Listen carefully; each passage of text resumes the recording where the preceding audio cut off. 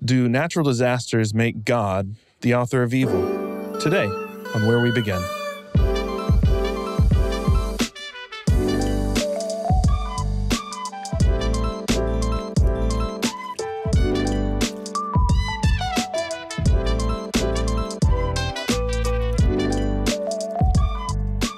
Hey guys, welcome back to Where We Begin, a podcast where we answer and discuss some of the toughest objections to Christianity.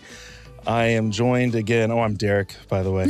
I'm joined again by Alicia, Lou, Diamond Phillips, and Xandra Carroll. First time I heard that. That's really cool. Yeah, well, what most people don't know, though, is they think it's based off of the famous actor, but actually it has something to do with your lower back tattoo. Would you like to describe what? I like your shirt today, Derek. We kind of What match. do diamonds mean to you? Say that again. I'm not going to let you hijack this podcast to just... He's literally running the podcast. I know. Well, I'm going to hijack it from you. How about that? Right. How about we get into the question? Really? Because that's the part where you... Okay. Well, we can. Okay, we'll do it. Can I just say how much I appreciate you as an individual, Derek? Just before anybody else thinks or sees it, I just want to say you as a person, I enjoy. He's totally sucking out because he doesn't want you to give him the question first. That's what that is. I am sick and tired of you doing that. You Please pass it to don't, him first. because I don't know. Randomly pick one of them. Okay, I'm done. Okay, good. Well, we do apologize for the rough start to this episode. We really do love each other deep down somewhere. But this question was emailed to us, and I think a lot of people have this question because I remember when I first became a Christian, and I was looking up evil. The problem of evil is a major issue. We care about the suffering of people. And so you look at, what's the answer to evil here? What's the answer to evil there? And it was almost always about moral evil, which almost seems like an easier one. It's not easy, but it almost seems like, people do bad things. But this person asks this, and I think it's a really good question. They said, I know that moral evil is possible because God has given us free will, and we choose to do evil with it. But what about natural evil like hurricanes and earthquakes? Doesn't God cause those? And does that make him the author of evil? And so I want to start off with just, there have been, I think, three main ways that that's been answered. So just to kind of give people the options ahead of time, then we'll kind of get into everyone's thoughts. First is that God controls nature, which means that if nature does something that causes pain, God causes pain, so you begin to doubt God's goodness. Actually, the second option would be demons can influence nature, and so God doesn't bring pain, but he can't or won't stop it. So you still doubt God's goodness and power and sovereignty. And the last one is that nature just does its own thing. It's sort of neutral. So... but you end up with something similar to the demonic, where you doubt God's goodness again, his power, sovereignty, and his providence. Mm-hmm. So these are I think some of the options that people think about when they come to natural evil, and it doesn't seem like there's a good solution. So I'd just like to say, I'd just like to start out with Xandra, because I know you love nature, and nature does what seems like very terrible things. I thought he was going to say, you love natural evil. I love natural evil. He loves nature and evil. What a way to start this. No, but it's hard enough to sort of ask the question why God doesn't stop horrendous evils. Mm-hmm. Mm-hmm. And natural disasters are typically mass disasters. But it's harder to imagine that he also causes them. So I think maybe just starting out with, are natural disasters actually evil? Is there something evil about them? What is nature doing in those moments? Yeah, well, even the question, what is nature doing in those moments, implies that sort of nature is this force that is perhaps segregated from humanity. Mm-hmm. But I think the picture that we see in the Bible is that we are intrinsically connected. And so just from a purely scientific side for a moment, looking at natural disasters, we have sort of two clades of natural disaster, if you will. We have what's called anthropogenic natural disasters and secular natural disasters. And secular doesn't mean without religion. It just means it happened by itself. It wasn't manufactured. And anyway, and then anthropogenic natural disasters mean humanity had a direct cause in what precipitated that natural event that was so disastrous. So I think it's important to maybe delineate between those two just at the beginning of the discussion. And then another thing that I would add, as you were reading the question and as you were reading sort of the three options, I actually pulled up a Bible verse because I think there's a fourth option that wasn't on that list. And I'm getting that option from Romans 8, verse 20. And I'll just read it for you now. It says, "For the creation was subjected to futility, not willingly, but because of him who subjected it, in hope that the creation itself will be set free from its bondage to corruption and obtain the freedom of the glory of the children of God. For we know that the whole creation has been groaning together in the pains of childbirth until now." And then he goes on, not only creation, but also ourselves. So again, this is not only just showing the connection between humanity and nature, but also showing what happened at the fall. Because in the Christian paradigm, nature was broken because of the sin that entered the world. Right. And so there's a brokenness to nature that I think adds to a lot of the disasters that we see. But on the other side, I could go on forever, so maybe I should just pause and let you guys. Okay, just one other thing that popped into my head just now was we're responsible for what we know. And there are a lot of natural disasters that are anthropogenic in nature. And I'm not saying this to belittle anyone. Every single time a human soul is lost, heaven weeps over that human being. So I'm not downplaying the loss of human life here. That is a serious thing. Human life is sacred. However, we have made decisions on this planet and reaped what we sowed. One thing I'm thinking of, being from Colorado, is the Smokey the Bear movement that happened in the early 60s and the 70s, where people decided we've got to stop allowing forest fires to go. And not only do we have to stop from lighting them, but we have to, anytime we see a forest fire, even if it's naturally caused, we've got to put it out because we have to preserve our forests. And a big part of that wasn't so much that they wanted to preserve the ecology of the forest, because even back then people knew the forest had to burn to be healthy. It was because a lot of people wanted to build their houses in the forest. The forest was a beautiful place. So, for the sake of real estate and for the sake of this and that and the other thing, we have to keep our forests healthy, i.e. keep them from burning, which was absolutely devastating. The forest got incredibly sick.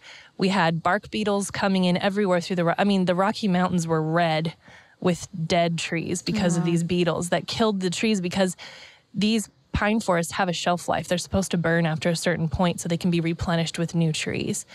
And there was a lot of houses that were lost. So, that's a case of a natural disaster that I think was directly precipitated by human decisions.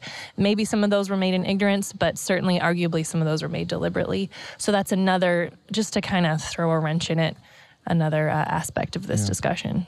I remember that Smokey Bear. I didn't know that's what it was about, but I remember as a kid them talking about Smokey Bear, like only you can prevent forest fires, whatever they would say. So that must be the backstory. Yeah. I had no idea.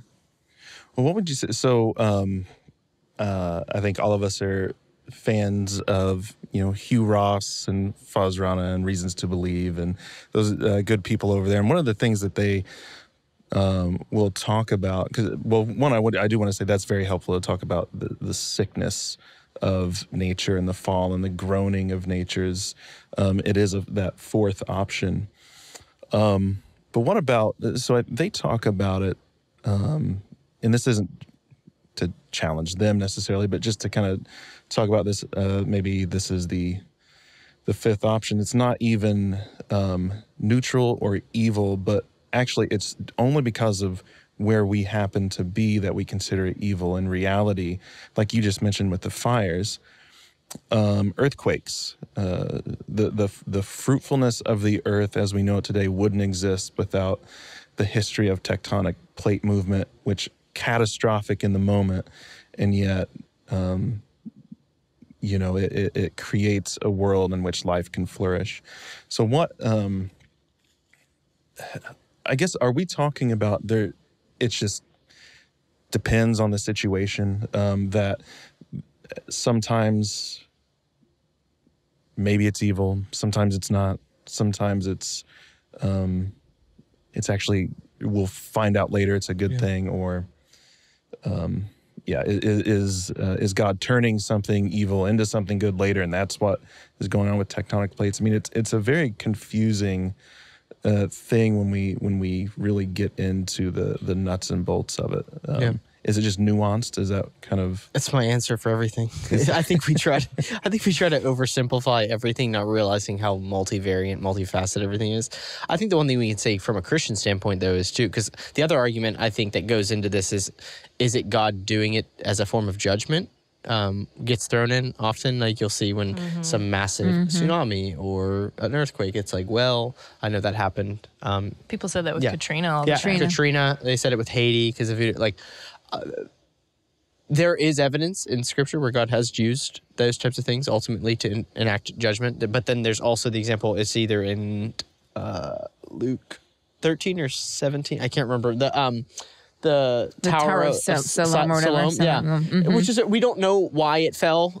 Christ doesn't actually give an example, but whether it was poorly built or whether it was like an earthquake or something, he's making the arguments like, do you think this thing fell because they were any more wicked than you? Right. And what Christ is saying is like, look, you're all wicked. There's no. You're not going to find any rhyme. I've not given you the information to say. Are you saying wicked or Wiccan? I'm sorry. Can you clarify? Because we were talking about nature. No, you're all Wiccan. Okay, wicked. Okay, please enunciate. He's saying you're not always privy to that information, and the more that we try to pinpoint, here's exactly why. And I mean, when I think of natural evil, or just, it is interesting to me that we say natural evil.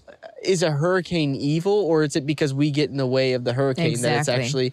And what I find to be the most problematic with that understanding is actually when you look at the entire, who's affected most by natural disasters, it's actually it's the poorest of the world.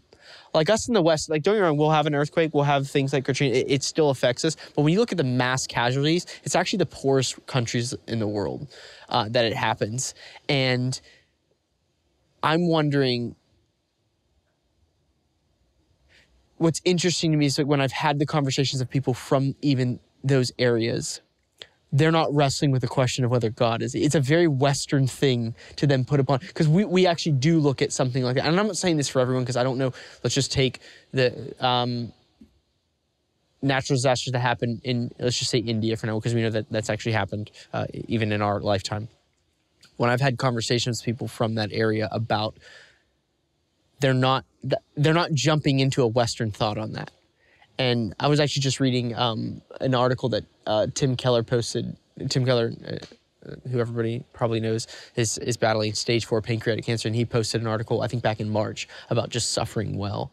And he talks about how Charles Taylor brings up this idea. It's like this idea that suffering in general should then make us think God doesn't. He's like, that's a very new thought. That's a very Western thought. That's not something that we've said. Not that we've always wrestled with the justice of God and where he's at. But when it comes to my specific lived experience, now I can't believe in God. That's not even like, we actually push that on to other worldviews, which I just think is fascinating. That in a way of trying to like uphold our own values, we actually really diminish in many ways the cultures and the worldviews of people that actually go through the natural disaster suffering in a far greater way. I don't know if that's even a point to say. I just find that fascinating. Less as a like, here's what does that do? I don't know. Yeah, because I mean, there's definitely, if you look at the Bible, right, and I mean, or even just cultures around the biblical times. I'm not saying specifically the Bible, but cultures around, there's a famine, and they're like, okay, so there's no rain. That's a natural disaster. There's no rain, okay? Or there's maybe some other kind of thing that happens, and they're like, oh, we've upset the gods. you know, and so like this might be judgment or this might be whatever, right? So that's right. There was oftentimes in other cultures, there was this correlation between this happened, but you know, maybe I screwed up and that's why it's coming to me. Not necessarily saying that is what happened, but this idea, you're right. We've Western everything, classic Western. We make it about us, right? You know, it's me and I'm being, you know, so somehow something's not fair. It's kind of how we tend to look at things in the Western world. And, you know, I was talking with a friend of mine. She's from Florida and I'm from New York. And I remember talking with her. I'm like, I don't know how you can live in Florida with all those hurricanes. That would totally mess with me. And she's like, the hurricanes? I don't mind the hurricanes. It's the snow that scares me. And I'm like, the snow? I'm like, it doesn't do anything. It just falls and sits there, right? But it just goes to show you, like, you know, different people's, like, just their interaction with the natural world, what makes you maybe even more scared. Like, so it's like, you know, hurricane season comes every year. Like, we know it comes every year. And, you know, yet she's okay with, you know, that doesn't bother her. Like, that the hurricane can come through or whatever. I'm like, okay, so there is a sense, which is why when you're talking about the human element of it, you know, what we've caused, but there's also the sense of, you know, what we do know. Like I think you mentioned, Xana, you know, just being accountable for what we do know. And we know that these things happen in certain places. We do understand tectonic plates. You know, we understand that, oh, this volcano might erupt at some point sooner. You know, we don't know pinpoint the date and the hour, but we do have ideas about some of these things. The challenge, of course, lies when, of course, even if we know something's coming, it doesn't mean you can move. Doesn't mean you can get out of that particular area. And I think that's where it goes back to, you know, if a hurricane came through on a barren island, nobody would really care. Nobody would question the justice of God because you destroyed all the grass, you know, and you destroyed all the ants that were on there and whatever. It's when it happens to a person. Mm-hmm. And so really at the core of any of this kind of question of natural evil is, why is this another way in which humanity suffers? Yeah. That's really ultimately what it's asking. It's asking, why are we allowing humans to suffer in this way? And we're getting back to all of these things of broken world. Fine, a hurricane may not be in somebody's story, but cancer might be, right? So we will never escape these various ways in which we are affected by the fall of this world, whether it's our own physical bodies, whether it's the actions of somebody else, or whether it's the natural world around us that is just in chaos, or that is just and destruction. And the reality is, like Derek was saying, is that earthquake isn't bad. Like these, in terms of just itself, like we know these normal patterns and things that happen, which is why, and I won't open a box. I'm gonna throw it back to you, Derek, but I won't open another idea. But just, and as a quick tangent, you know, one of the things I've entertained is we were in the garden. Maybe the garden was a safe zone. And then the fall happened. We entered into a world where these things were already happening. It wasn't like, so maybe in the garden, there were no hurricanes, there were no earthquakes, there were no anything. And this was all going on out here. And it didn't matter that it was all going on out here because we were safe from it. But then when the fall happened, we entered into it. So it's not even so much that it's happening to us. It's like we went into that world. It's just, and it's an idea that I've thought through. Can't say that's exactly what it is, but just another way to maybe think about some of these things. Michael Lloyd actually writes about that in his book, Café Theology. Yeah. Just to say you're not alone in that view. Yeah. And it's a really good idea. Can we also say, sorry, Derek, I'm just thinking of other biblical examples. It's interesting that God often, like I'm thinking of the story of Joseph. God could have just said, there's not going to be a famine because he has the ability, right? And yet he weaves Joseph's story ultimately to save Israel, and that's his people. Like, why? Like, why does he work that way? Because what I think it really is we just don't like the way God does things. Yeah. If it really comes down to it, it's like, because it does seem like, so this is why I brought up even the idea of like the poorest of the poor are actually who's affected by natural disasters. Like, what are we doing in the West? What are we doing, those of us that do have the ability of doing something? Do we even allow our certain experiences and efforts to change that, to help that? Because it seems like all throughout Scripture and then all throughout humanity, we actually aren't that good, and we don't even help when. And it seems like, so the reason why I bring up the Joseph story is like, it seems like God actually will use us to do very, very good things in light of a world that's actually seems to want to kill us. Why are we in a world like that? That's a whole nother conversation. But and you have to discuss that. Like, what do you do with that information in general? Like, it is where we are, and could God have created a world where that wasn't the case? I don't know. Like, there's arguments for that, but like, I just want to pinpoint. It does seem that God does want to use us in light of the darkness of this world that feel like that is able to kill us. The question is, are we willing to actually do something about that? And I think of that even today, just like Joseph did, in being obedient to God, he ultimately saved his whole people by God giving him wisdom and by the way, he went through a horrible, horrible form of suffering just to get to that spot, unjust suffering, and yet God used it. That's where I'm more interested in a God that's willing to be able to use these situations versus like, because I do believe he's sovereign. And yeah, do I wrestle with the question? Yeah, why don't you just stop the hurricane? Yes, everyone does. Like, but if there is a good reason for it, and that's the other thing that Keller would say in that article. I remember it's like the same God you're angry at. If the God is big enough for you to be angry at, he's big enough to have like sufficient reasons for you to allow what he's allowing. You can't get off the hook like that. Well, I do want to talk a little bit about, though, because it's not necessarily all that popular in the world of apologetics. But if we want to, so the biblical worldview, I say this sometimes, can we let the Bible get very weird for a little bit? Sure. Yay. Yeah, okay. So in Job, obviously, a lot of calamity comes upon Job. That is the cause of the accuser. He's allowed, but there is that. There are other instances,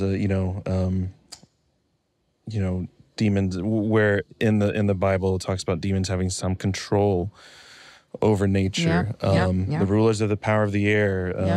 The way Jesus rebuked the storm and told it to be muzzled in Mark. And people like David Bentley Hart, who wrote a great book called The Doors of the Sea on this, C.S. Lewis, and even Alvin Plantinga have discussed the notion that you can't necessarily remove the demonic I agree. from these equations. And this was the sort of, when you read the Bible, this is the worldview that they have. It's not necessarily that everything is that.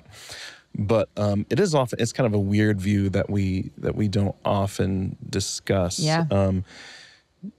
What do you make of something like? Is that even helpful to discuss, or is that like a way that they understood the world then, and we've learned more since then? Is that an obsolete? That's something. No. My quick answer is no. I think it's very helpful. It's one more variable in a very complex system. And that actually helps to know that there are more. When you think it's just one thing and you can't make sense of it, it actually allows even the logic behind something to get a lot easier to comprehend when you have a multivariant system. You're like, oh, okay, so it's not just simply this. But this is what we try to do. We try to oversimplify everything. We try to oversimplify God. And then we get frustrated with it. It's like, we're going to constantly get frustrated with a being that was able to comprehend this whole thing and bring it into existence when we're just a created being. So I say no. I don't think it's just like, I think it's a variable. And I don't know. I don't think we have the ability, though. I don't think we've been given the information or necessarily always the wisdom to know what is of demonic force and what is just I think that goes both ways, right? So what is demonic and what is God caused? If you're going to call something God caused or that it was demonic, you better know for a fact that that's what it was. Because sometimes people throw that around and it's so destructive. But no, I think you're absolutely right. I mean, we don't like to think about the fact that there is this influence that the demonic realm can have over the natural world and even over us. And so in terms of illnesses, I don't think Christians can be like demon possessed or anything like that. I think the Holy Spirit's in us, and I think that blocks any of that kind of stuff. But I mean, but what we do see that in the text that there is situations where they do have influence, and I think that is another thing for us to keep in mind. Unless we don't like to think about it. The world, the flesh, and the devil, right? Those are the three forces coming against us. And, of course, can come against us through nature as well. Yeah. Okay. Well, that was really weird. All that weird. But let's, as we close up here, so I think the main question that we started with, we've talked about a lot of different things, and now that we have 2 seconds left. Can someone, and maybe Xander, why don't you close out since we opened up with you, this question of, do natural disasters then make God the author of evil? Because a frightening thing. We've given a lot of different, we've talked a lot about what natural disasters are or could be. And there could just be people out there that are just either afraid of God now or don't trust his goodness because we're not really sure where to land on these. It's complicated. What would you say to people about nature and God's role in it and, him being the author of evil? Yeah. I think as in so many things, if we're going to answer the question, what is God's relationship to nature, to look at the person of Jesus Christ. And I picture him standing on that boat, facing the storm and commanding the waves to cease and commanding the wind to be still. God is not an author of evil. He's an author of good. And his creation is not evil. His creation is good. It's been broken. It's been marred.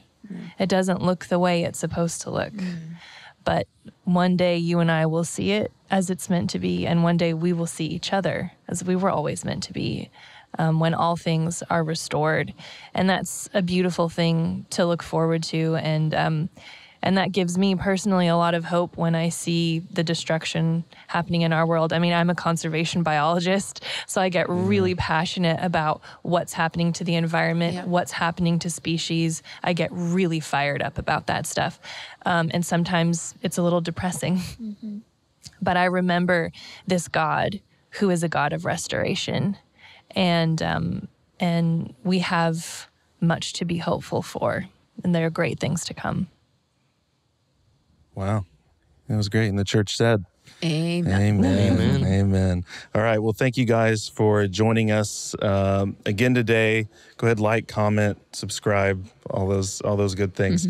And if you have questions You for really us, sell that, Derek, every time. It's really like, I know if I'm I not was good at watching, I'd be selling like, yeah, things. I would love to I subscribe. let the content speak for itself. But if you want to maybe have your question answered on the discussed on the podcast, then go ahead and email us at wherewebegin@lightengroup.org, and we'll see you guys next week. Peace.